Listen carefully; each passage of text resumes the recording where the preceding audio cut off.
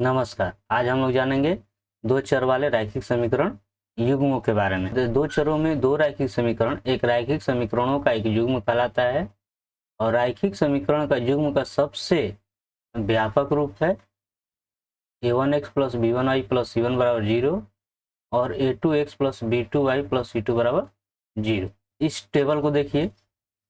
इस टेबल में इस अनुपातों की तुलना की गई है कि अगर ये अनुपात, ये जो अनुपात देख रहे हो, अगर ये बराबर नहीं है तो इसका जो ग्राफ निरूपण करेंगे तो प्रतिच्छेद करती हुई रेखाएं प्राप्त होगी और बीजगणित निरूपण करेंगे तो सिर्फ और सिर्फ केवल एक हल होगा। उसी तरह से अगर आपस में ये a1/a2 बराबर b1/b2 बराबर c1/c2 हो तो संपाती रेखाएं होगी। ठीक है, इसके अनेक हल होंगे। तो प्रतिच्छेद रेखाएं कैसे होगी?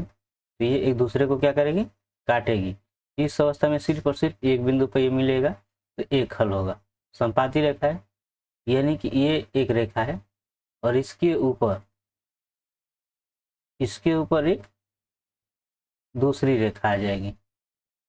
ठीक है, इस अवस्था में इसके मान जो है अनेक हो जाएंगे तो इसलिए अनेक हल होंगे।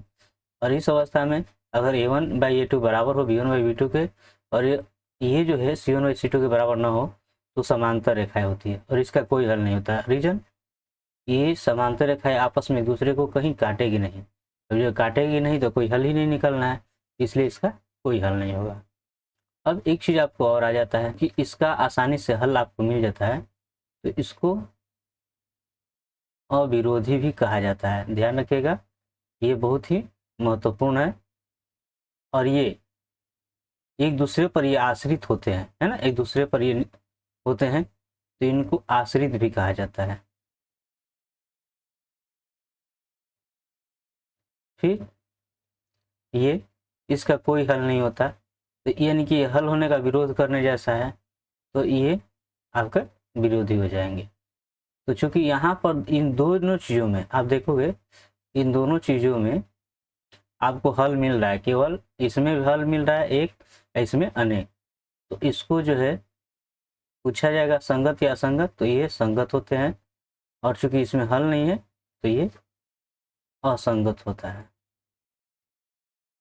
ठीक, तो इन बातों को आप याद रखोगे क्योंकि इस चैप्टर में दो चर वाले रैखिक समीकरण युग्म में आपको इनसे ही संबंधित सवाल आपको 2 से 4 नंबर के आसानी से मिल जाएंगे, तो आप इसको ध्यान रखेंगे। चलते हैं सवाल की ओर और देखते हैं पहला सवाल। यदि a1/a2 बराबर न हो b1/b2 के तो क्या होगा? ये युग्म है एक दूसरे के, तो यहाँ पर बस आप देखिए, इसको फोकस कीजिए। ये एक दूसरे के बराबर नहीं है तो क्या होगा? तो अद्वितीय हल होगा। आप पहले ही देखे हो, ये अगर ये बराबर नहीं तो क्या होगा? तो अद्वितीय हल होगा। ठीक है, अब दूसरी चीज यहाँ पर देखिए, आपस में ये तीनों जो है बराबर है तब क्या होगा? तो फिर आप लोग को यहाँ पर बताया गया है कि अगर ये तीनों आपस में बराबर हो तो अनेक हल होंगे, या ये कहें कि संपाती रेखा होगी, या ये संगत हो जाएंगे। ठीक, तो जो क्वेश्चन है उसके अनुसार यहाँ पर क्या है, ये आपस में बराबर है तो इनके हो जाएंगे अनगिनत हल। ठीक है, अगले क्वेश्चन की ओर। यहाँ पर देखिए, इसमें पूछा जा रहा है ये समीकरण और इस समीकरण के आलेख किस प्रकार की सरल रेखाएं होगी, तो इसका आप मान ज्ञात कर लीजिए। ठीक, अब देखिए ये क्या होगा, यहाँ पर देखिए 2x माइनस वाई माइनस 3 बराबर 0 और ये आपका हो गया 12x प्लस 7y माइनस 5 बराबर 0। तो यहाँ पर एक दूसरे का अनुपात ज्ञात कीजिए। देखिए ये 2 12 है तो ये क्या हो जाएगा, 2 एकम 2 और 2 छका 12। y का गुणांक देखिए तो ये है आपका, इसका कुछ नहीं तो क्या हो जाएगा 1, इसका गुणांक अगर नहीं है तो 1 हो जाएगा, तो ये -1 हो गया, इसका हो गया 7। ठीक, तो अब आपसे पूछा जाएगा कि क्या ये आपस में बराबर हैं? ये दोनों आपस में बराबर हैं? नहीं है, मतलब आपका कंडीशन हो जाएगा a1/a2 बराबर नहीं है b1/b2 के। तो इस स्थिति में आप लोग को बताएगा कि एक हल होगा, एक हल यानी एक बार काटेगा। ठीक है, तो ये प्रतिच्छेदी सरल रेखा हो जाएंगी, इसका आंसर ये हो जाएगा। ठीक, अगला क्वेश्चन, ये युग्म समीकरण दिया गया है, इसके हलों की संख्या बताना है। ठीक है, तो एकदम उसी तरह से कीजिए। देखिए एक्स और एक्स का गुणा है ना, ये a1/a2 होगा तो 4/8 हो जाएगा, यानी 1/2। अब ये देखिए y और y का, तो 10/20 है, इसको भी करोगे तो 1/2। और देखिए ये, तो इसका भी अगर कीजिएगा तो -22/-44 है, ये भी हो जाएगा 1/2। यानी सब आपस में क्या है, बराबर है। तो ये आपका ये कंडीशन आपको लागू हो जाता है।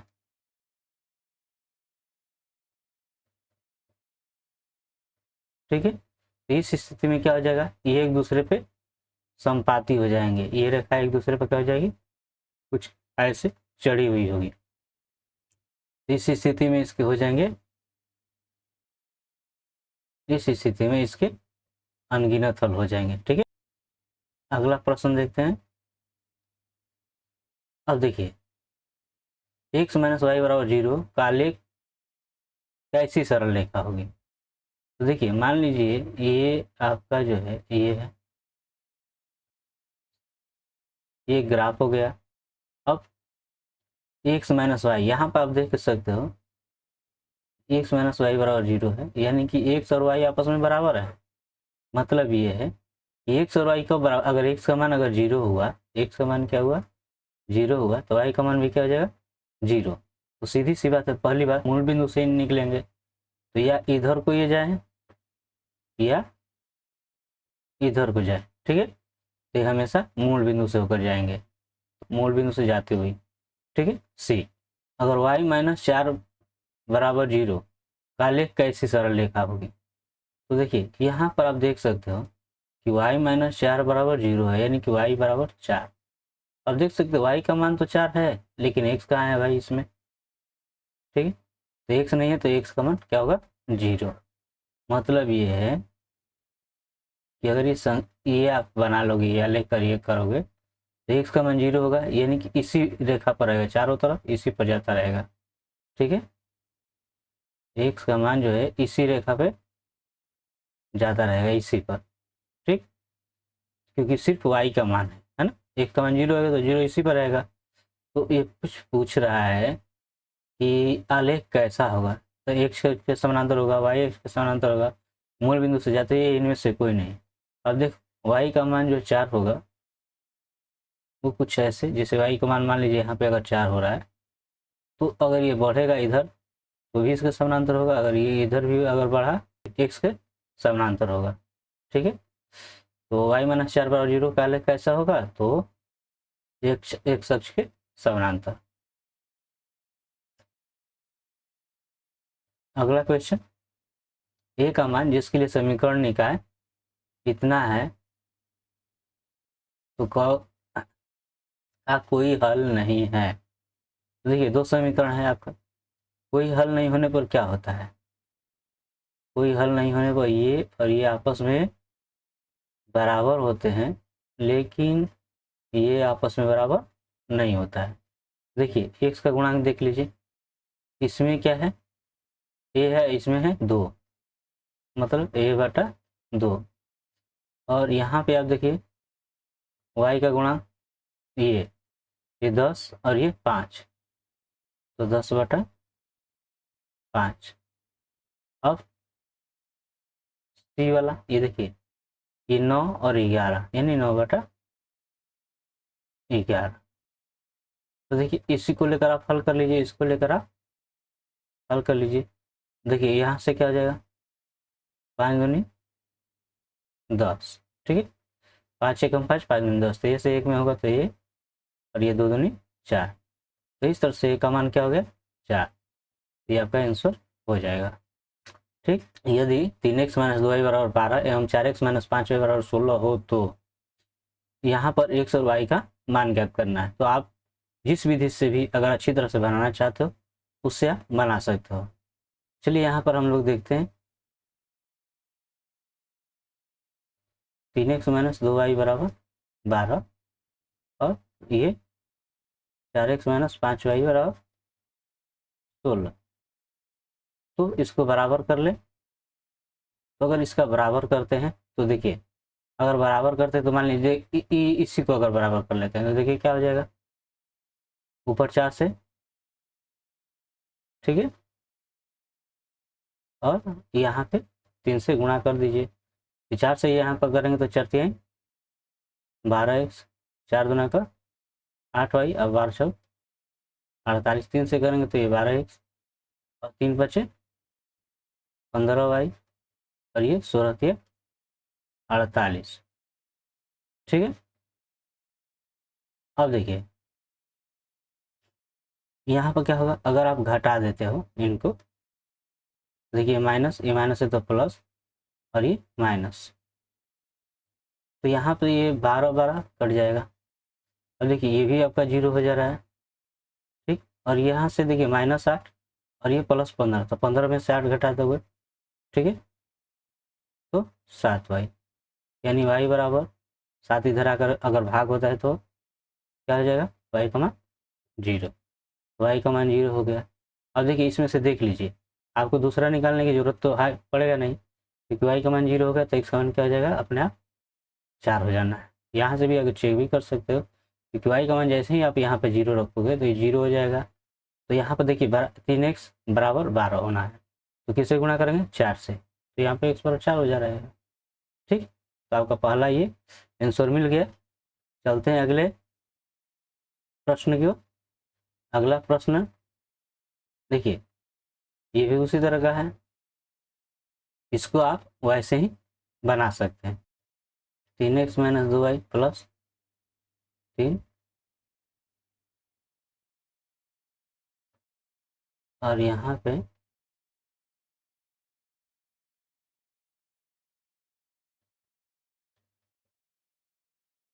फिर देखिए किसी एक को बराबर कर लीजिए, आपको जो आसान लगे, ठीक। हम देखिए ये y को ही बराबर कर लेते हैं, तो ऊपर 3 से कर देंगे और नीचे 2 से, ठीक। तो ये करेंगे 3 3 9x, 3 दूना का 6y और 3 3 9 बराबर 0 हो जाएगा। 2 से करेंगे 2 चौका 8x, 2 3 6y और ये 47 दूना 94 बराबर 0। अब देखिए क्या करना है, ये प्लस माइनस है, तब क्या करोगे, प्लस माइनस है तो प्लस माइनस है तो आप इसको जोड़ दोगे, ठीक है। आप जोड़ोगे तो ये प्लस माइनस क्या हो जाएगा, कट जाएगा, ये 9 8 17x और ये 94 में से 9 घटा दीजिए तो क्या हो जाएगा, 85 हो जाएगा, कुछ ऐसे, ठीक, बराबर 0। अब -85 इधर जाएगा तो प्लस, अब यहाँ से 85 जो है 17 गुणा तो भाग हो जाएगा, तो क्या हो जाएगा 5, ठीक है। तो x का मान जो है 5 आ गया। देखिए x का मान 5 कहाँ पर है, यहाँ पर है, ये वाला है, तो इस तरह से आपका C हो जाएगा, ठीक। चलते हैं अगले क्वेश्चन पर। अगला क्वेश्चन है, यदि 2x प्लस वाई बराबर 2x माइनस वाई बराबर करनी 8, तो y का मान क्या है। तो इसको अगर आप ध्यान से देखिएगा तो इसकी जरूरत यहाँ पर है ही नहीं। यहाँ पर देखिए, क्या जब आप देख रहे हो 2x plus Y 2x minus Y, और देखिए इन सबको उठाकर इधर ला दीजिए, -2x हो जाएगा और y आएगा तो प्लस, यहाँ पर हो जाएगा 0, ये तो खत्म हो जाएगा। अब y 2y हो गया, यहाँ पर बचा 0, अब 2 गुना है तो इधर आकर क्या हो जाएगा, भाग, यानी 0, y का मान क्या हो गया 0, ठीक है। अगर यह वीडियो आपको अच्छा लगा हो तो अपने दोस्तों के बीच शेयर करें, उनको सब्सक्राइब करने को कहें ताकि उन्हें भी ज़्यादा से ज़्यादा लाभ पहुँचे। तो मिलते हैं अगले वीडियो में, तब तक के लिए धन्यवाद।